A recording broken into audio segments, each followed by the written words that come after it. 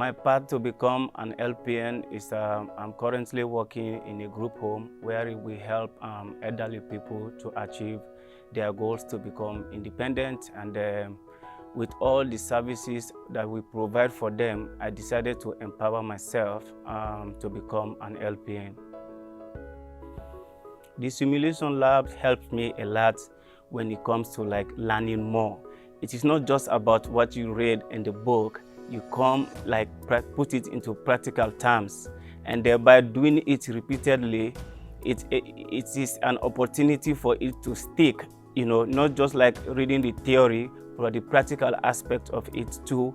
Get used to it, know how to manipulate all the equipment. Even when we go for clinicals, you will find out that because of these simulation labs, we are improving and we are doing very well in the clinical field.